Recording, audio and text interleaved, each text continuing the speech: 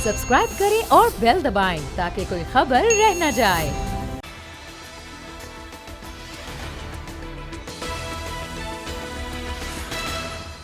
अस्सलाम वालेकुम, मैं हूं फैसल अजीज़ खान।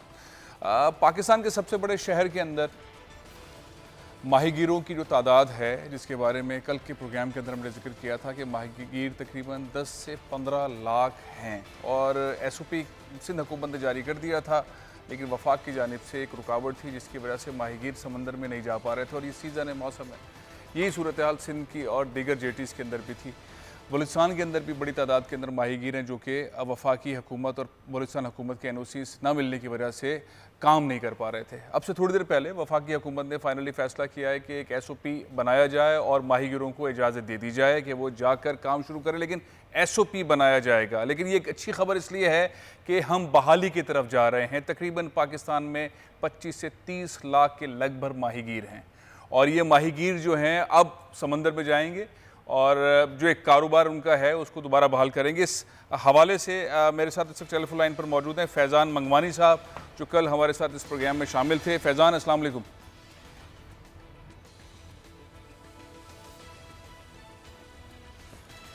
लाइन ड्रॉप हो गई है। फैज़ान मंगवानी साहब से बात करते हैं। अली ज़ैदी साहब, जो पोर्ट एंड शिपिंग के वजीर, उन्होंने थोड़ी देर पहले ट्वीट किया है और ट्वीट के अंदर उन्होंने कहा है कि national command and control system जो है, जिसके अंदर ये फैसले किए गए हैं और एक इदारा है जिसके अंदर कौमी सारे मामलात के फ़ैसले किए जाते हैं, वहाँ पर ये मामला रखा गया कि माहीगीरों को एक NOC के तहत काम करने की इजाज़त दी जाए और पूरे पाकिस्तान के अंदर जो माहीगीर हैं वो अब से काम करना शुरू करेंगे। वफाकी हुकूमत सूबाई हुकूमतों के साथ मिलकर ये फ़ैसला करेगी कि कब से माहीगीर समंदरों में जाएंगे और अपना सिलसिला शुरू करेंगे। SOP क्या होगा, एक कश्ती में कितने लोग होंगे, कितने फासले पर होंगे, मछली पकड़ी जाएगी तो उससे मुतालिक भी एक नज़्म ज़ब्त उसका फ़ैसला किया जाएगा। मैं फैज़ान मंगवानी साहब से रब्ता करने की कोशिश कर रहा हूँ इस तफसीलात जानने के लिए, लेकिन एक और मामला और है और मामला ये है कि हम ताजरों को देख रहे हैं, सनतकारों को देख रहे हैं, फैक्ट्री के ओनर्स को देख रहे हैं कि किस तरह से वो काम करें।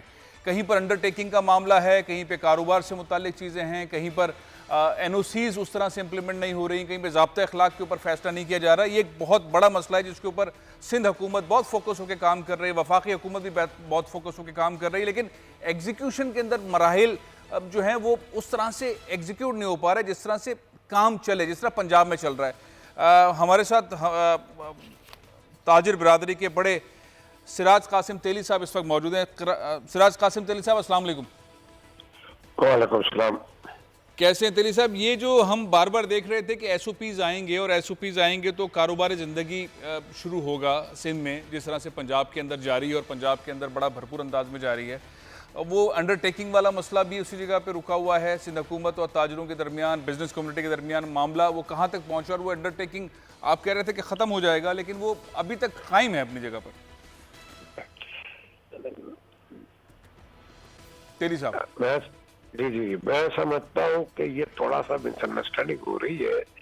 और सिंध हुकूमत को बैठ के ये चीजें तय कर लेनी चाहिए, इसलिए कि अब कोई लंबा चौड़ा मसला नहीं है, आस्ते आस्ते खुल रहा है और बातें हो रही है। मगर ये मिसअंडरस्टैंडिंग कहाँ से हो रही है ये भी समझना पड़ेगा, इसलिए कि जो SOPs वगैरह बनती है या अंडरटेकिंग के जो अल्फाज है ना, असल मसला क्या है, अंडरटेकिंग अल्फाज है। तो मेरा ख्याल से कमिश्नर साहब ने तो बाद में क्लियर कर दिया कि वो DCs वगैरह से कोई अंडरटेकिंग आपको, वो एक ही अंडरटेकिंग है जो आपने मिनिस्ट्री ऑफ लेबर को देनी है, जो चीफ सेक्रेटरी साहब ने जो SOPs बनाई है 14 तारीख की अप्रैल की, वो उस हिसाब से चल रहा है। ये बात हुई भी है। फिर भी मेरे ख्याल से अंडरटेकिंग का तो मेरा ख्याल से इशू नहीं है, मगर इसमें का इशू हुआ था जब बीच में ये DCs ने अपनी मर्जी से बहुत सारे क्लॉजेस डाल दिए थे कि इस तरह की अंडरटेकिंग दे, वो बाद में ठीक हो गया है मेरे ख्याल से। तो अंडरटेकिंग का इस वक्त इशू नहीं है। अंडरटेकिंग का इशू नहीं है। अगर कोई खुदा ना खास्ता कोई मजदूर कोरोना वायरस में मुब्तला हो जाए, अल्लाह ना करे उसका इंतकाल हो जाए, तो फैक्ट्री मालिक को गिरफ्तार नहीं किया जाएगा? नहीं, वो चीजें DC वगैरह ने लिखी थी। और देखे, नॉर्मली भी कोई भी खुदा ना खास्ता कोई एक्सीडेंट हो जाता है, ये कोरोना ना भी होता, अगर कोई एक्सीडेंटल डेथ हो जाती है, फैक्ट्री आए, कोई ना कोई मसले होते हैं, तो कोई भी अपने मजदूरों को जानबूझ से कोई मारता भी नहीं है, ना चाहता है ये। और ये मालिक के हाथ में भी नहीं होता, ये किसी के हाथ में नहीं होता। ऑब्वियसली उसका इलाज करना, उसका कंपनसेशन देना, वो सब उनकी जवाबदारी है। मगर ये इस तरह की बात तो हो नहीं सकती जो आप पहले लिख रहे थे। अच्छा सिराज कासिम तेली साहब, ये जो हम देख रहे हैं कि हुकूमत, सिंध हुकूमत के अंदर कोशिश तो बहुत की जा रही है एसओपीज उस तरह के हों जिस तरह से ताजिर बिरादरी को रिलीफ मिले, लेकिन वो रिलीफ मिल नहीं पा रहा। गिरफ्तारियां भी हुई, जमानतें भी हुई, रेस्टोरेंट्स भी बंद हैं। जैसे इस्लामाबाद में रेस्टोरेंट्स खुले हैं उस तरह से कराची में रेस्टोरेंट्स नहीं खुले हुए हैं। टाइमिंग का इशू है। हम कल चावला साहब से बात कर रहे थे, वो कह रहे थे सिंध हुकूमत मानने को तैयार नहीं है जिस तरह पंजाब के अंदर और इस्लामाबाद के अंदर और पेशावर के अंदर एसओपीज हैं। ये वजह क्या है? आप डील कर रहे हैं सिंध हुकूमत के साथ, हम देखते हैं कि यहाँ पे एग्जीक्यूशन के अंदर कुछ थोड़ी सी कमी रह जाती है हमेशा। मसला ये है कि इस कराची सिंध हुकूमत की नजर में सख्तियां ज्यादा होनी चाहिए और मैं समझता हूँ वो अपने हिसाब से सही कर रहे हैं। और छोटे ताजिर हमारे जितने भी है, इन लोगों ने बैठ के इनसे बातें भी की थी, सेटअप भी किया था। वहाँ भी कोई ऐसी चीज हुई है जिसकी वजह से अब इनको अलाउ किया है ऑनलाइन डिलीवरीज का, जो मेरा ख्याल से ये लोग इस तरह नहीं चाहते थे। एग्जैक्टली जो हुआ है जी। तो वो कह रहा हूँ ना कि वहाँ पे भी पेशन है, बिकॉज छोटे ताजिरों की एसोसिएशन है बहुत सारी है। 400 के करीब मार्केट है कराची में। हर मार्केट में 2-2 एसोसिएशन है और हर किसी को हर कोई रिप्रेजेंट नहीं करता, तो इसलिए जरा ये प्रॉब्लम आ रही है। मेरे ख्याल से ये ठीक हो जाएगा। और जहाँ तक सिंध हुकूमत का पॉइंट ऑफ व्यू है, मैं समझता हूँ वो अपनी जगह पे सही है कि कोरोना वायरस इस वक्त पीक पे जाने वाला है और जो हालात है मुल्क के भी और दुनिया के भी, उसको उस हिसाब से इनको सख्तियां ज्यादा करनी चाहिए और कर रहे हैं। डॉक्टर्स पीछे लगे हुए हैं, सारे पीछे लगे हुए हैं। तो असल में रीजन बड़ा है ना, फेडरल हुकूमत का भी और प्रोविंस का भी, तो उसकी वजह से बीच में जरा मामले तय नहीं हो रहा है बराबर से। सिराज कासिम तेली साहब, बहुत अच्छी बात की। सिंध हुकूमत के जो तर्जुमान है मुर्तज़ा वहाब ने भी थोड़ी देर पहले ये बताया है कि सिंध के अंदर तकरीबन 900 बुजुर्ग जिनकी उम्र 60 साल से ऊपर है वो कोरोना पॉजिटिव हैं और तकरीबन 182 बच्चे वो कोरोना पॉजिटिव हैं। ये तकरीबन जो 900 के करीब बुजुर्ग हैं, 182 के करीब बच्चे हैं, ये लॉकडाउन की सूरत में बाहर नहीं गए, ये घरों पे रहे हैं। जो लोग बाहर से घर आए हैं, यानी उनके वालिद हैं या उनके साहबजादे हैं या जो मर्द हजरात हैं जो बाहर गए, वो घर वापस आए, उन्होंने एहतियात नहीं की और उन्होंने अपने वालिदैन को, बुजुर्गों को और बच्चों को कोरोना लगा दिया, तो बाहर जाके उन्हें कोरोना लगा। ये जो एसओपीज हैं ये फॉलो नहीं हो रहे। हम फैक्ट्री खोलने की बात कर रहे हैं, बार बार मार्केट खोलने की बात कर रहे हैं, लोगों को एहतियात करने के लिए आप क्या कहेंगे? ये बिजनेस खोलने के लिए तरफ तो जा रहे हैं, आहिस्ता से खुल भी रहा है, लेकिन ये एसओपीज फॉलो नहीं करते। जी जी जी, वैसे मेरे हिसाब से देखें, मैं बिल्कुल क्लियर हूँ इस मामले में। मैं बहुत दफा कह चुका हूँ कि माल है, जान है तो माल है। ये लोग समझते नहीं है। हमारे यहाँ जनरली डिसिप्लिन नहीं है। हमारी कौम है ना माशाल्लाह बहुत अच्छी है, मगर इसमें डिसिप्लिन नहीं है, एहसास नहीं है इस चीज का कि ये एक जान का मामला है। और अगर जान होगी तो माल होगा ना। अगर आपने जिंदगी बचा दी तो कल कारोबार भी हो जाएगा, मगर अगर कारोबार वगैरह बचाने के चक्कर में जान गंवा दी तो फिर तो कारोबार किस काम का? देखिए बात बड़ी क्लियर है, इसमें कोई वो नहीं है। हम हालांकि सिंध हुकूमत जो कर रही है उसको हम बिल्कुल सपोर्ट करनी चाहिए और करते हैं, मगर मैं अपील करूंगा लोगों से, बिजनेस इंडस्ट्रियल कम्युनिटी से, ताजिरों से, आप सब पढ़े लिखे लोग हैं, कम अज कम ये डिस्टेंसिंग वगैरह ये चीजों का ख्याल रखें, अपनों का ख्याल रखें। जैसे आपको बताया ना अभी 800-900 लोग घर बैठे बैठे लग गई, बहुत ही अफसोसनाक बात है। बहुत अफसोसनाक बात, बहुत अफसोसनाक बात है। एक और मामला भी है सिराज कासिम तेली साहब, मेरे साथ इरशाद बुखारी साहब इस वक्त टेलीफोन लाइन पर मौजूद हैं। कराची का ट्रांसपोर्टर बड़ा परेशान है, उसके लिए भी कोई एसओपी की ज़रूरत है। लोगों को आमदोरफ्त का मामला है, एक तरफ हुकूमत सख्ती से पेश आ रही है, लेकिन हज़ारों गाड़ियाँ जो हैं वो बंद हैं और उनके लिए भी कुछ नहीं हो रहा। इरशाद बुखारी साहब, आप क्या समझते हैं, क्या इस्लाहात होनी चाहिए? किस तरह से आपका कारोबार ज़िंदगी बहाल हो? आपने कोई एसओपी हुकूमत के साथ बैठ कर डिस्कस की है? इरशाद बुखारी साहब। जी बहुत बहुत शुक्रिया, आपने मुझे लाइन पे लिया। अभी मैं कासिम तेली भाई की बातें सुन रहा था, बहुत अच्छी बातें कर रहे हैं, लेकिन कासिम भाई ये पेट भरे की बातें हैं, लोगों को सही है एहतियात करनी चाहिए है तो सबको जाए, लेकिन जिनके लिए सिर्फ कमाना ही जिंदगी है, उसके अलावा जिंदगी नहीं है, तो फिर वो कमाएंगे नहीं तो जिंदगी कैसे होगी? अगर वो कोरोना वायरस से नहीं मरेंगे तो भूख से मर जाएंगे। मैंने 2-3 दिन पहले वजीर ट्रांसपोर्ट से मुलाकात की है और तो कहा गया है कि आप ऐसा करें, अगर आप जरूरी समझते हैं कि ट्रांसपोर्टर बाहर ना आए या उनकी वजह से कोरोना वायरस फैल रहा है, तो भाई आपको खुदा दो, वो हुक्मरानों खुदा का खौफ करो, लोग भूखे मर रहे हैं और आप जो है आप उन लोगों को, मिल वालों को इजाजत दे रहे हैं, वहाँ हमारी गाड़ियाँ चल रही हैं। अब कासम तेली भाई को ये भी समझना चाहिए कि वहाँ बसें क्यों चल रही हैं। अगर वहाँ बसें चल रही हैं तो ये जो लोग घर में बैठे हुए दिहाड़ी वाले, डेली वाले, खुदा के बंदो, पैसे वालों, हुक्मरानों, जालमों, इनके पेट का बंदोबस्त करो, इनको इमदादी पैसे रिलीफ दो, वरना हम बदवाएं दे दें कि तुम्हारा बुखारी साहब बददुआओं तक ना जाएं। मैंने आपसे सवाल पूछा कि एसओपी क्या आप हुकूमत से गुफ्तगू में हैं? नहीं, हुकूमत तो सबसे बात कर रही है, हुकूमत सबसे बात कर रही है, सारी हुकूमतें बात कर रही है। बात है, मेरी कौम भूखी मार रही है जी, मेरे कंट्रोल भूखे मारे हैं, किसी को एहसास नहीं है। आप देना, जाके देना, आपको किसने मना किया? बुखारी साहब मैं आपसे पूछ रहा हूं कि हुकूमत के साथ आप डायलॉग के अंदर हैं, कोई ऐसी बात हो रही है जिसके अंदर डायलॉग अभी मुझे हुकूमत बनाए, मैं एसओपी के लिए तैयार हूँ, जो एहतियात कराने के लिए कहेंगे हम करेंगे। हमें कोई पूछे तो सही, हमें कुछ हादर जमा में लाए तो सही। इनको अपने ये एलीट क्लास के लोग हैं जो हुक्मरानी करते हैं, इन्होंने मजदूरी नहीं किया है, इन्होंने बस सबर नहीं किया है, इनको मजदूर का कोई एहसास नहीं है। यहाँ से इस्लामाबाद तक ये बहुत बड़े लोग हैं। ये बुखारी साहब टोटल मजमूई तौर पर कितनी गाड़ियां चल रही हैं, उससे कितने लोग वाबस्ता हैं आपकी अंजुमन के, कितने लोग? मेरी तकरीबन 7,000 बड़ी बसें, मिनी बसें चल रही हैं। 60,000 के साथ 6 आदमी वाबस्ता है, 42,000 लोग वो खाने को बैठे हुए भूखे। उसके अलावा रिक्शा टैक्सी है, तकरीबन 2 लाख लोग ड्राइवर कराची में भूख से निभाल हुए हैं और इंतजार कर रहे हैं हुकूमत की मेहरबानी का। आप क्या कहते हैं हमें, अगर आप समझते हैं कि हमारी बसें जो है उनकी वजह से, बल्कि हमें एसओपी दें, हम अमल करें, क्यों नहीं करेंगे? हम डिसिप्लिन करेंगे। ये लोग सारे सिराज कासिम तेली साहब, ये जो बुखारी साहब बात कर रहे हैं, बात तो बहुत जायज है कि अगर कोई एसओपी ये बनाने को तैयार है, जिसके तहत चलने को तैयार है, आप इनकी तजवीज़ को किस तरह लेते हैं? ये कारोबारी जिंदगी इनका भी तो किसी हद तक चलना चाहिए, कुछ आवर्स के लिए चलना चाहिए। फैसल मैं ये कहना चाहता हूँ, अगर इरशाद भाई मुझे मेरी बात जरा सुन ले, देखे एक मेरी बात जरा सुन ले। मेरा पॉइंट ऑफ व्यू बड़ा क्लियर था और क्लियर है। इनकी बात अपनी जगह पे सही है। हुकूमत को इनको कंपनसेशन देना चाहिए, इनको इनकी तकलीफ को दूर करना चाहिए। फेडरल हुकूमत और प्रोविंशियल हुकूमत को मिल के ट्रांसपोर्टर्स को नुकसान हो रहा है उसका अजाला करना चाहिए, ताकि वो घर बैठे खाए, इतना खाए कि ताकि रोड पे ना आना पड़े।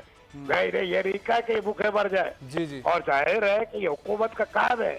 बल्कि इस वक्त मैं इस मौके का फायदा उठा के ये कहूंगा फैसल भाई कि इस मामले में प्रोविंशियल हुकूमत और फेडरल हुकूमत दोनों बहुत स्लो है कंपनसेशन देने में, कोई चीज ऐसी करने में जिसमें लोगों को तकलीफ ना हो। अब लोगों को तकलीफ ना दे ताकि लोग ये चीजें फॉलो करें। अब ये निकलने की बातें लोग क्यों कर रहे हैं? को कहा कराची चैम्बर से फेडरल हुकूमत को कि 4 आइटम है, 4 आइटमों को आप आधा कर दो रेट, जिसमें पेट्रोलियम प्रोडक्ट्स है, जिसमें आपके टैक्सेस है, सेल टैक्स, एक्साइज वगैरह, जिसमें आपका इंटरेस्ट रेट है उसको 4% पे ले आओ, और जिसमें ये अपने क्या नाम है, ये चौथी आइटम है यूटिलिटीज, आपकी बिजली गैस वगैरह। अगर ये आधा कर दे रेट को सारे और 3-4 महीने के लिए, मैं नहीं कह रहा परमानेंट करे, तो ऑब्वियसली सबके पास कैश फ्लो आ जाएगा, चाहे छोटा कारोबार हो चाहे बड़ा हो। और इसी तरह ट्रांसपोर्टर्स को फेडरल हुकूमत या प्रोविंशियल हुकूमत को बैठ के इनके साथ बैठ के इनको कंपनसेट करना चाहिए इनके नुकसान को। इनके नुकसान को इनको कंपनसेट घर करना बैठाया हुआ चाहिए। है। तेली साहब, तो कल हम कम से कम कल उनको खाने के लिए तो दे। बिल्कुल सही कह रहे हैं, बहुत अच्छी तजवीज़ है कि कुछ चीज़ों के अंदर जो है 50% प्राइस। जब बात कर रहे थे तो हमारे साथ ये जो मछेरे और माहीगीर हैं, इनके नुमाइंदे हमारे साथ फैज़ान मंगवानी मौजूद थे, इस वक्त भी मेरे साथ टेलीफोन लाइन पे मौजूद हैं। जब वो कल ये बात कर रहे थे कि मछेरों के पास खाने को नहीं है, तो हमारे साथ एक सनतकार मौजूद थे उस वक्त फैसलाबाद से, चौधरी सलामत अली साहब। उन्होंने 200 राशन के बैग्स का ऐलान कर दिया था। इस वक्त मेरे साथ फैज़ान मंगवानी मौजूद हैं। सिराज कासिम तेली साहब और बुखारी साहब मेरे साथ ही रहेगा। बड़ी इंपॉर्टेंट मामला यह है कि हुकूमत ने फाइनली फैसला कर लिया है कि माहीगीरों को, जो तकरीबन 25 से 30 लाख माहीगीर हैं पूरे पाकिस्तान में, उनको एसओपी के तहत इजाज़त दे दी जाए कि वो जाके माहीगीरी करें, समंदर में जाएं। एसओपी बनाने का एक फैसला जो सिंध हुकूमत ने किया हुआ था, वफाक ने भी कर दिया है, बलूचिस्तान गवर्नमेंट भी करने वाली है। फैज़ान, अस्सलाम वालेकुम, आपको आवाज़ आ रही है? फैज़ान, आपको आवाज़ आ रही है? अस्सलाम वालेकुम। वालेकुम अस्सलाम जी सर। फैज़ान, ये जो फैसला किया है वफाकी हुकूमत ने कि माहीगीरों को इजाज़त दे दी है वो एसओपीज़ के तहत जाएं, समंदर में काम करें, और वो राशन का मामला भी कल सलामत साहब ने राशन का मामला दिया था। अभी हम बात कर रहे हैं ट्रांसपोर्टर्स के साथ भी ये मसला है और राशन का मामला है, और बुखारी साहब बिल्कुल दुरुस्त फरमा रहे हैं। लेकिन पहले ये बताइए कि कितनी हकीकत है अली जैदी साहब के इस जो खबर आई है कि उन्होंने माहीगीरों को इजाज़त दे दी, आप तक क्या खबर पहुँची है? जी सर, बहुत बहुत शुक्रिया। हम सबसे पहले तो आपका सर शुक्रिया अदा करते हैं कि आपके प्लेटफॉर्म से हम गरीबों माहीगीरों के लिए जो आवाज उठाई गई, इसके ऊपर आज अली जैदी साहब की ट्वीट मैंने देखा है जो एनसीओसी के तहत जेटीज इस्तेमाल के और एसओपी पे बात की है। इन्होंने कहा है कि कल एसओपी के लेटर जो है ना वो जारी किया जाएगा। तो हम तमाम माहीगीरों की खुशी की लहर दौड़ गई है। हम सब की दुआएं आपके और अजीज खान साहब और अली जैदी साहब की भी बेहद मशहूर है कि इन्होंने गरीबों ये जो है एसओपी के लिए आपकी आवाज के ऊपर हमारे मसले पे। अच्छा, चलें, अब ये बताइए कि अगला मरहला होगा क्या? आप सिंध हुकूमत ने एसओपी पहले से जारी की हुई थी, वफाक की हुकूमत शुरू कर रही है, तो अंदाजन कितने वक्त में ये सिलसिला शुरू हो जाएगा, माहीगीरी शुरू हो जाएगी? सर, हमारे यहाँ तो लोगों ने तो इससे वाबस्ता जो है ना डीजल वाले भी हैं, बर्फ वाले भी हैं, कारखाने वाले भी हैं, आपको मॉल वाले भी हैं, जो सब इससे मुतासिर थे। तो अगर ये हमें सुबह कल ही मिल जाती है तो इंशाल्लाह हमारा काम ये कल से ही शुरू हो जाएगा। बहुत बहुत शुक्रिया फैज़ान मंगवानी साहब, बहुत बहुत शुक्रिया। सिराज कासिम तेली साहब, वफाकी हुकूमत मसले को लेकर सलूशन की तरफ जाती है। हमने देखा अली जैदी साहब ने, कल हमने मामला इसको उठाया था, बहुत तफसील से उठाया था। आज हमने देखा अली जैदी साहब ने इसके ऊपर नोटिस जारी कर दिया है। सिंध हुकूमत ने पहले से एनओसी जारी किए हुए थे। ये ट्रांसपोर्टर वाले मामले को भी अगर सही तरह एड्रेस की जाए तो कोई ना कोई रास्ता निकल आएगा, राशन का रास्ता भी निकल आएगा, सनतकार दे सकते हैं उनको, राशन का मामला कर सकते हैं, बहुत सारे और इदारे राशन दे रहे हैं, तो उस सिलसिले को किसी हद तक ठीक किया जा सकता है। लेकिन एसओपी बहुत जरूरी है सिराज कासिम तेली साहब, ट्रांसपोर्टर्स के लिए। जी, मैं ये समझता हूँ कि ये बहुत जरूरी है कि सिंध हुकूमत ये इरशाद भाई से साथ बैठ के एक सिस्टम बनाए। अगर ये खोल सकते हैं कोई एसओपी के जरिए तो बिस्मिल्लाह खोले, और अगर नहीं खोल सकते तो इनको इतना कंपनसेशन दे कि इनके लोग घर बैठे खा सके, 2 वक्त की रोटी तो खा सके, बाद में आ जाएंगे, कमा लेंगे बाद में, मगर इनको इस तरह तकलीफ देना ये सही नहीं है। हमने ये नहीं, मैं तो ये चाहता हूँ, और स्ट्राइक वगैरह जो मसले होते हैं तो हमेशा हमने इनकी सपोर्ट की है और सिंध हुकूमत ने काम किया है। तो मैं फिर सिंध हुकूमत को रिक्वेस्ट करते हैं कि भाई इनके साथ बैठो, इनके साथ बैठ के कोई ना कोई फैसला करना चाहिए। इनके साथ बैठ के कोई ना कोई फैसला करना चाहिए। एक और मामला भी है कि जो ट्रांसपोर्ट चल रहा है बहुत लिमिटेड चल रहा है, जो गाड़ियां खराब रास्तों में, सड़कों के ऊपर रास्ते में गाड़ियां खराब हो रही हैं, मैकेनिक्स नहीं है, लोग परेशान हो जाते हैं, और उसके बाद पुलिस रेंजर्स कहती है कि फौरी तौर पर आप घरों को जाएं, वो एहतियात और हिफाजत के लिए कहते हैं। लेकिन ये सारा मरला इतना टेंशन क्रिएट करता है पूरे पाकिस्तान में। कराची में क्या हो रहा है इस हवाले से कल हमने सड़कों पर लोगों से पूछा, क्या कहते हैं, आइए देखें। भाई पैदल अगर 2 मील या 5 मील का सफर भी पैदल करना पड़ता, मैकेनिक नहीं है रोड पर, पंचर हो जाती है, बहुत दूर 2-2 मील पैदल चलना पड़ रहा है। भाई धक्का लगा के ले आनी पड़ती है गाड़ी, अब क्या करें, कारोबार नहीं है बिल्कुल भी, किसके आगे मांगेगा आदमी, कुछ भी नहीं कर सकता। 1-1.5 महीना हो गया, लोग परेशान तो हैं ही, खाने पीने से भी। अब जिनके कारोबार बंद हैं वो परेशान हैं। अब लोग तो दुकानों पे आ रहे हैं कि भाई हमारी दुकानें खुलें तो मालिक तनख्वाह भी देगा उनको, नहीं तो आजकल तो बोल रहे हैं कि भाई जो काम करेगा उसको मिलेगा, नहीं तो घर बैठो हैं। और बाज़ारों में वो लोग निकला कि जो घर की चीज़ें खरीदने के लिए, फालतू तो कोई भी नहीं निकलेगा। भाईजान मैं आपसे ये पूछ रहा हूँ कि वज़ीर आला से ये पूछ लें कि कराची में जहर सस्ता कहाँ मिलता है ताकि कौम को आसानी हो जाए, वहाँ से लाएं और खा लें। बस इतनी मेहरबानी कर दें, हम उनका शुक्रगुजार होंगे। सिराज कासिम तेली साहब, ये आपने सुना कि लोग कह रहे हैं कि जहर कहाँ मिलता है सस्ता, वज़ीर आला ये बता दें। वो जो मसला है ना, जो रोज़गार का मसला है, वो ज़्यादा बड़ा मसला है। उसके अगर हल नहीं निकाला जाएगा, SOPs तो बन रहे हैं, लेकिन अगर रोज़गार का मसला हल नहीं होगा तो ये सूरत हाल बढ़ती जाएगी। तेली साहब, इसके सोल्यूशन के लिए हुकूमत के साथ बैठकर ट्रांसपोर्टर्स के मसले, माहीगिरों का मसला जैसे सॉल्व हो गया, इस तरह से और लोगों के मसले भी सॉल्व होने के लिए जल्दी से स्पीड पकड़ने की ज़रूरत है।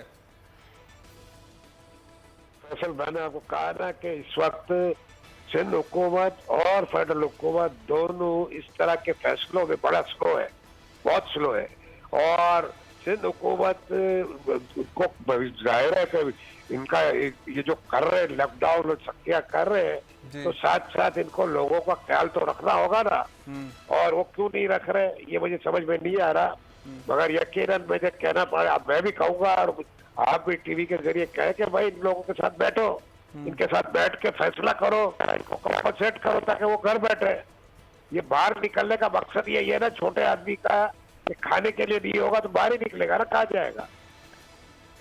बहुत बहुत शुक्रिया सिराज कासिम तेली साहब, बहुत बहुत शुक्रिया इरशाद बुखारी साहब। मामले एक SOP तो बन गया कि घरों में रहना है, लेकिन दूसरा SOP बहुत ज़रूरी है जिसके तहत लोगों को राशन मिले। सिंध हुकूमत कह रही है कि 1 अरब 8 करोड़ रुपए का राशन वो अब तक तकसीम कर चुके हैं, अब उनके पास पैसे नहीं है।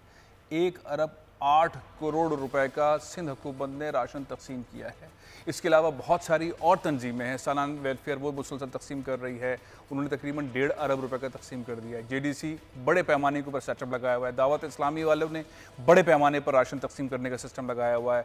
अब जमात इस्लामी की तंजीम है, मुत्तहिदा कौमी मूवमेंट की तंजीम है, ये मुसलसल राशन तकसीम कर रहे हैं सिंध के अंदर, पूरे पाकिस्तान में भी सिलसिला जारी है। मैं एक वक्फा ले रहा हूँ, वक्फे के बाद एक और अहम दर्दनाक स्टोरी है। अमजद साबरी साहब 4 साल पहले 22 रमज़ान को शहीद कर दिए गए थे कराची में। पाकिस्तान के बड़े मकबूल कव्वाल, उनको शहीद कर दिया गया था। उनके साथ सलीम साबरी थे, वो ज़ख्मी हुए थे। जब वो ज़ख्मी हुए तो हुकूमत ने ऐलान किया कि इनको 15 लाख रुपए देंगे। सलीम साबरी साहब को कायम अली शाह साहब उस वक्त वज़ीर आला थे, उन्होंने ऐलान किया। उसके बाद शहबाज शरीफ साहब ने ऐलान किया, उनको पैसे नहीं मिले, उनकी ज़िंदगी बहुत मुश्किल में। इस ब्रेक के बाद हम बात करेंगे उनसे।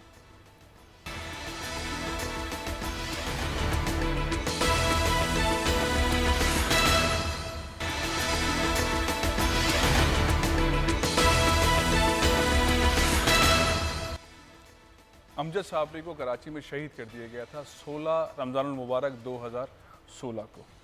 उनके साथ जो ज़ख्मी हुए थे उस हादसे में सलीम साबरी इस वक्त मेरे साथ स्टूडियोज़ में मौजूद हैं। अस्सलाम वालेकुम सलीम।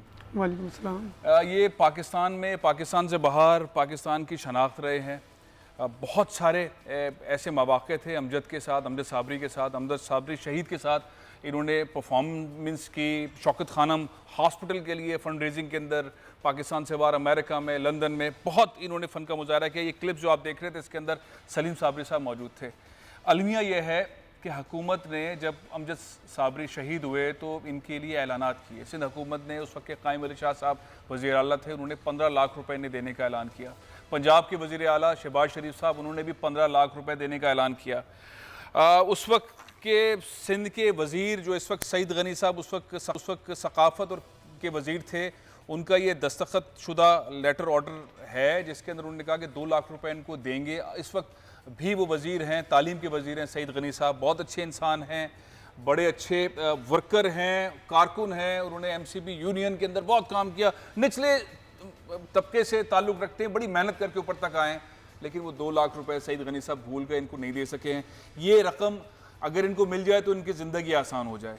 अब मैं बहुत शर्मिंदा हूँ सलीम साबरी साहब कि आपके साथ जो वादे हुए वो पूरे नहीं हुए। हमारी कोशिश ये है कि आप सिंध के इस वक्त के मुराद अली शाह वज़ीर आला जो हैं वो इनको 15 लाख रुपए दे दें। शहबाज शरीफ साहब ने नहीं दिए तो बोजदार साहब फौरी तौर पर वो इनको पैसे दे दें और इनकी ज़िंदगी बहाल हो जाए।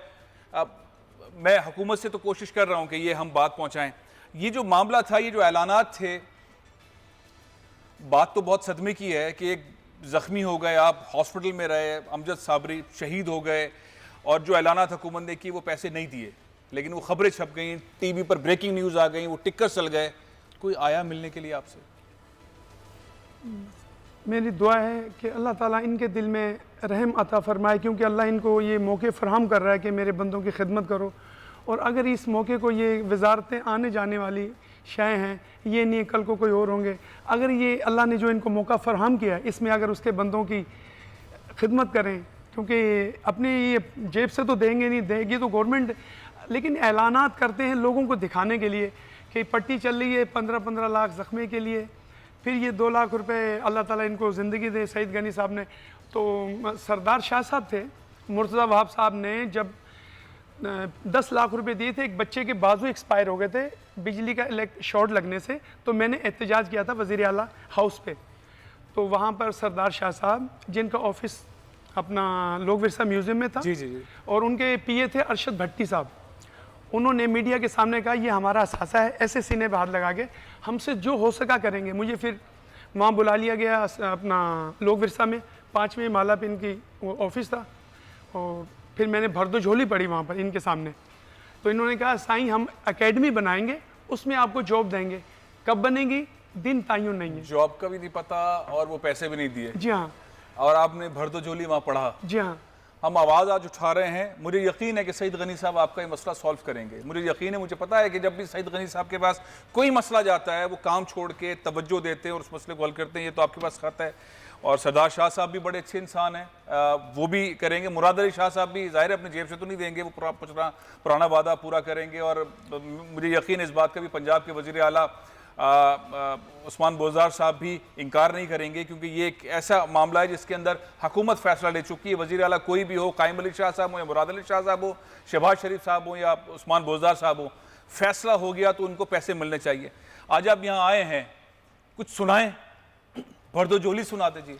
मैं आपको इस मौके की मुनासबत से जी हम पेश कर रहा हूँ अल्लाह की बारगाह में। फिर एक शेर भरदो झोली का भी पढ़ दीजिएगा, हम सुनाइए। ऐ बेकसों के वाली दे दे हमें सहारा, मुश्किल में हमने तेरी रहमत को है पुकारा। ऐ बेकसों के वाली दे दे हमें सहारा, हाजत रवा भी तू है, मुश्किल कुशा भी तू है, मालिक तेरे करम पे है ईमान हमारा। ऐ बेकसों के वाली दे दे हमें सहारा, तू चाहे तो मिला दे बिछड़े हुए दिलों को, बदले अभी जमाना गर तेरा हो इशारा। बेकसों के वाली दे दे हमें सहारा। आमीन आमीन आमीन। अब वो अशार भी चंद सुना दीजिए, वक्त बहुत महदूद है। भर दो झोली मेरी या मोहम्मद, लौट कर मैं न जाऊंगा खाली, कुछ नवासों का सदका अता हो, दर पे आया हूँ बनकर सवाली। तुम्हारे आस्थाने से ज़माना क्या नहीं पाता, कोई भी दर से खाली मांगने वाला नहीं जाता। भर दो झोली मेरी सरकार मदीना, लौट कर मैं न जाऊंगा खाली, भर दो झोली। अच्छा, माशाल्लाह माशाल्लाह। आप ये बता रहे थे कि इमरान खान साहब के साथ भी आपने बहुत परफॉर्म किया। जब वो क्रिकेटर थे और फंड रेजिंग के लिए निकलते थे तो आप उनके साथ, अमजद साबरी के साथ परफॉर्म करते थे। इमरान खान साहब ये आए थे अपना आमिर खान फिल्मी स्टार इंडियन जी फंड के लिए आए थे। तो उन्होंने मूछें रखी हुई थी। तो ये उस दौरान का वाकया। तो हमें 2 तलवार पे इनका ऑफिस था इमरान खान साहब का, तो वहाँ हमें 2005 की बात है। 2005 की शायद बात होगी। तो वहाँ हमें पहले वो सामान वगैरह जो साथ जाना था, लगेज करना था, वो उनको उनके वहाँ ले गए थे हम लोग। फिर हम गए थे इस्लामाबाद, डब्ल्यू बुश का दौर था। अच्छा। एक तो बुश था, एक डब्ल्यू बुश जी। तो अम्बेसी, जॉर्ज डब्ल्यू बुश जी। हाँ हाँ, मुझे पूरा नाम नहीं आ रहा। तो अम्बेसी में गए तो वहाँ मेरे फिंगर हो गए थे। अच्छा। हाथ वाथ फिंगरप्रिंट्स हो गए। हाँ, तो उनको सलीम नाम कोई था वहाँ पर, कश्मीर का लड़का सुल्तान। तो अमेरिका का अपना एक वो कानून तो है। इमरान खान साहब की फंड रेजिंग वाले प्रोजेक्ट के अंदर आपने काम उस किया? प्रोग्राम में हमारा ग्रुप गया था, मेरा वीजा नहीं लगा था उसमें, मेरा वीजा नहीं लगा था, लेकिन मेरा ग्रुप गया था। अच्छा। अमजद साबरी साहब, अल्लाह ताला उनको जन्नत में जगह था फरमाए, तो उन्होंने फिर फंड किया था। ठीक है। पहला शो किया था सन फ्रांसिस्को, शौकत खानम के लिए। जी हाँ, जी हाँ। तो आप उस टीम का हिस्सा रहे हैं जिन्होंने इमरान खान साहब के लिए फंड रेजिंग जी जी बिल्कुल की खिदमत बिल्कुल सारी भी। अच्छा, अभी आप थोड़ी देर पहले कह रहे थे ब्रेक में कि आपने कोरोना के हवाले से भी एक नज्म, वो यही थे, हम थे। हाँ। अच्छा, अब आपका जो दरख्वास्त है, मुतालबा है वज़ीर आज़म इमरान खान साहब से, कायम अली शाह साहब बहुत मोहतरम है, वो ये याद दिला देंगे मुराद अली शाह साहब को कि इनके पैसे देने हैं, और उस्मान बोजदार साहब भी बड़े हमदर्द आदमी, वो आपके पैसे इंशाल्लाह ज़रूर दे देंगे। इमरान खान साहब से कोई अपील आपके काम को जारी रखने के लिए इस सिलसिले में? ये है कि एक तो चीफ जस्टिस साकिब निसार साहब हुआ करते थे। जी जी जी। तो सबसे हमारे पाक आर्मी ने अपना हिस्सा डाला डैम के अंदर। जी जी। और तमाम इदारों ने, प्राइवेट जिनको अल्लाह ताला ने नवाजा, उन्होंने सब ने हिस्सा, तो हम पाकिस्तानी हैं, हमारी पहचान है। तो मैंने सबसे पहले, फनकारों में किसी ने ये लेटर नहीं लिखा था, मैंने लिखा था साकिब निसार साहब को कि प्लीज़ मेहरबानी, मेरे पास वसाइल नहीं है, इंस्ट्रूमेंट नहीं है, अगर मुझे वसाइल मुहैया किए जाएँ तो मैं डैम के पाकिस्तानी होने के नाते मैं भी हिस्सा डालना चाहता हूँ। तो उनको तमाम परेशानियाँ लिख के भेजी, लेकिन मेरी बात को रद्द कर दिया गया।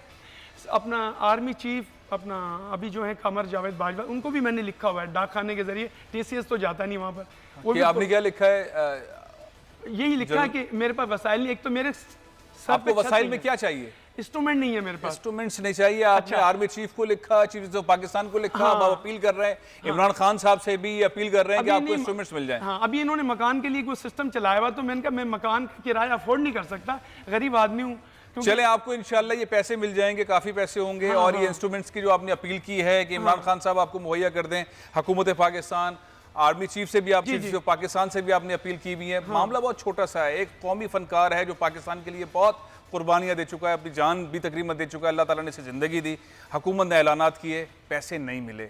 सिंध हुकूमत, पंजाब हुकूमत यकीन है पैसा दे देगी, सईद गनी साहब भी पैसे दे देंगे। इंस्ट्रूमेंट्स की जो अपील है वज़ीर आज़म पाकिस्तान इमरान खान साहब से या आर्मी चीफ जनाब मोहतरम कमर जावेद बाजवा साहब से, वो इंशाल्लाह इनको मिल जाएगा। मैं ब्रेक ले रहा हूँ, ब्रेक के बाद हम बात करेंगे। सऊदी अरब के अंदर बड़ा फैसला हुआ है, एक बहुत बड़ा फैसला, कर्फ्यू हट गया है। सूरत हाल क्या है? क्या मस्जिद नबी के अंदर अब लोग जा सकेंगे और खाने काबा का दीदार हो सकेगा, तवाफ हो सकेगा? इस पर हम बात करेंगे इस वक्फे के बाद।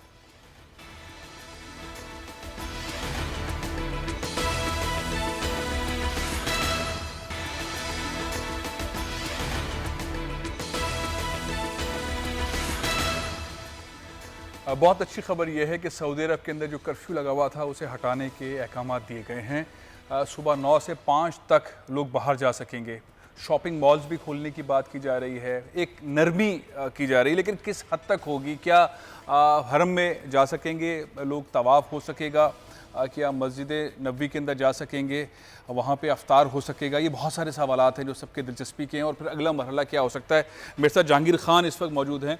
जहांगीर खान, अस्सलाम वालेकुम। जी वालेकुम सलाम। ये जो कर्फ्यू में नरमी वाला मामला है जहांगीर, इसमें क्या फ़ैसले किए गए हैं? लोग बाहर आ सकते हैं, मॉल्स भी खुलेंगे, मस्जिद नबी में जा सकते हैं, खाने काबा में जा सकते हैं, क्या अहकामात है? ज़रा तफसीलात बताइएगा। ये शाह सलमान ने इतवार 26 अप्रैल से 13 मई तक ममलिकत के तमाम इलाकों में कर्फ्यू में सुबह 9 बजे से शाम 6 बजे तक जुज़वी तौर पर ख़त्म किया गया है। लेकिन इसमें मैं आपको बताता चलूँ कि मक्का मुकर्रमा में 24 घंटे का कर्फ्यू जो है वो नाफिजुल अमल रहेगा और वो मुकम्मल लॉकडाउन रहेगा। मक्का में कर्फ्यू रहेगा? और इसके अलावा जी, मक्का में कर्फ्यू रहेगा और मस्जिदें अभी तक बंद ही हैं, मस्जिदें नहीं खुलेंगी। मदीना मुनव्वरा भी जो है वो हरम जो है वो बंद रहेगा। सिर्फ जो मुकामी लोग हैं उनको सिर्फ इजाज़त दी जाएगी।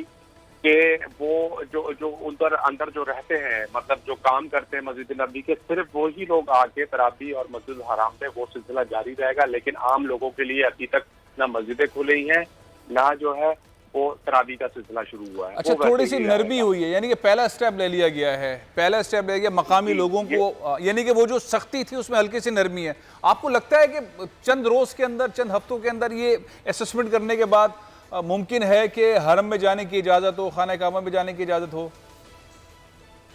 ये मेरा ख्याल है कि ये इन्होंने जो, मैं आपको यहाँ बताता चलूँ कि ये जो जुज़वी पाबंदी इन्होंने जो हटाई है वो ये 26 अप्रैल से 13 मई तक है, यानी कि 30 रमजान तक है। ये अभी इसमें चेक करेंगे कि क्या सूरत हाल है, केसेस बढ़ रहे हैं या नहीं बढ़ रहे हैं, किस तरह की कमी आई है। क्योंकि इसमें इन्होंने जो है ना 6 रमजानुल मुबारक से थोक और रिटेल की जो दुकानें, शॉपिंग मॉल और तजारती मराकज जब खुलेंगे, अभी ही खुलेंगे, ये 6 रमजान से खुलेंगे। अच्छा, वो अंदाजा लगा रहे हैं कि क्या रिजल्ट आता है। अच्छा, ये असेसमेंट के लिए। अच्छा, जालाबारी हुई है मदीना में और मुख्तलिफ किस्म के बर्फ के टुकड़े गिरे हैं, ये क्या खबर है? नहीं, ये ऐसी कोई इतला नहीं है, ऐसी कोई इतला नहीं है मेरे पास, क्योंकि ये मैं जो कंफर्म है वो मैं आपको बता सकता हूँ इसमें। अच्छा, एक फुटेज है और वो वायरल बहुत ज़्यादा हो रहा है, उसमें जो जालाबारी में जो बर्फ़ के टुकड़े गिरे के अंदर है और वो कहा जा रहा है कि ये मदीना शरीफ के अंदर, मदीना मुनव्वरा के अंदर जालाबारी हुई है। अगर आप इसकी शक्ल को देखेंगे तो जो कोरोना का इस वक्त ग्राफ चल रहा है, जो कोरोना के बारे में बताया जा रहा है, कोरोना इस तरह का है वायरस, ये उसकी शक्ल का है। और मैं चाहूँगा कि अहमद ये आवाज़ भी सुनवाएं और वो जो साहब बोल रहे हैं, वो अरबी भी बोल रहे हैं, कोरोना से मिलता जुलता ये बर्फ़ के टुकड़े जो हैं वह जालाबारी हुई है मदीना मुनव्वरा के अंदर। ये सोशल मीडिया पे वायरल होने वाला, सबसे ज़्यादा वायरल होने वाला क्लिप है। आप इसका शक्ल देखेंगे इस बर्फ़ के टुकड़े की तो बिल्कुल कोरोना का जिस तरह से इस वक्त शेप दी जा रही है कि कोरोना वायरस की शक्ल इस तरह की हो सकती है, ये बिल्कुल बर्फ़ के टुकड़े जो हैं बिल्कुल इस तरह के हैं। वो ज़मीन से उठा रहे हैं, घास से उठा रहे हैं, फिर दिखा रहे हैं, फिर रख के दिखा रहे हैं। या हैरत अंगेज़ किस्म की चीज़ है। ये थोड़ी देर पहले क्लिप वायरल हुए हैं, बहुत ही अनोखी किस्म की सूरत हाल है। बिल्कुल इस तरह का कभी देखा नहीं गया। वो अमूमन जो बर्फ़ गिरती है वो गोल ही होते हैं, छोटे साइज़ के, बड़े साइज़ के, लेकिन इस तरह के, इस नस्क के नहीं होते। अहमद, अगर आप इसकी आवाज़ सुनवा सकें, और चूंकि अरबी जानते हैं तो वो समझ सकते हैं वो क्या कह रहे हैं।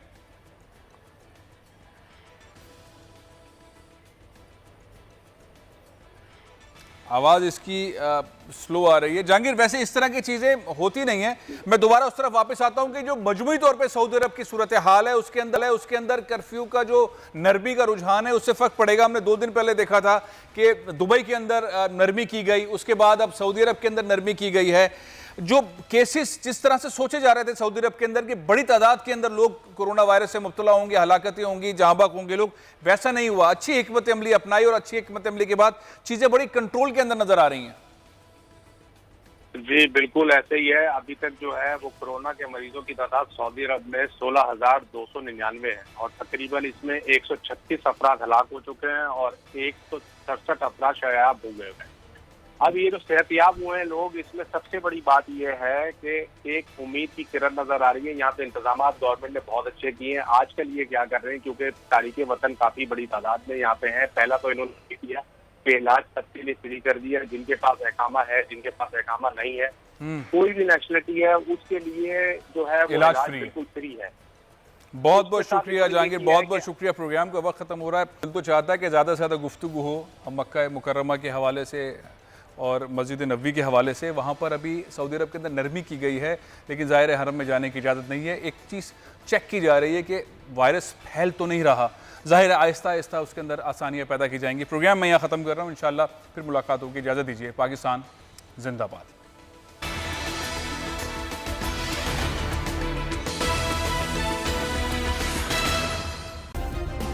सब्सक्राइब करें और बेल दबाएं ताकि कोई खबर रह न जाए।